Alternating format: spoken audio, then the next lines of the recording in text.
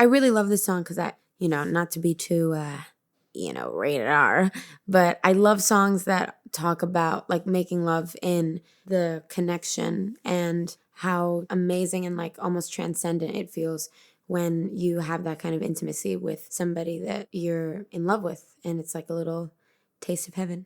Señorita, I think, is the beginning stage of love. Almost like that's like another version of the story of Liar to me. It's like the one person that always makes you go nuts and you don't want to admit it and you don't want to face that, but it's true. And it's kind of before you both give into that feeling.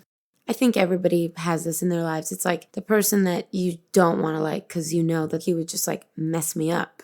And my stomach would be in knots. And it just got to the point where it was funny because every time it would be like, I don't like him. Then I would see him and be like, oh God, I like him.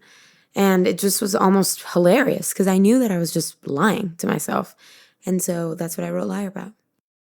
I remember I walked into the studio one day and I had this lyric, and I think I was just feeling really vulnerable that day. I think that when you first start out in a relationship with someone, you're kind of scared for them to see maybe all the things that you don't like about yourself. And I think that when somebody sees those things, the things that you're maybe insecure about or self-conscious about, and loves them, it just makes you love yourself more in a way.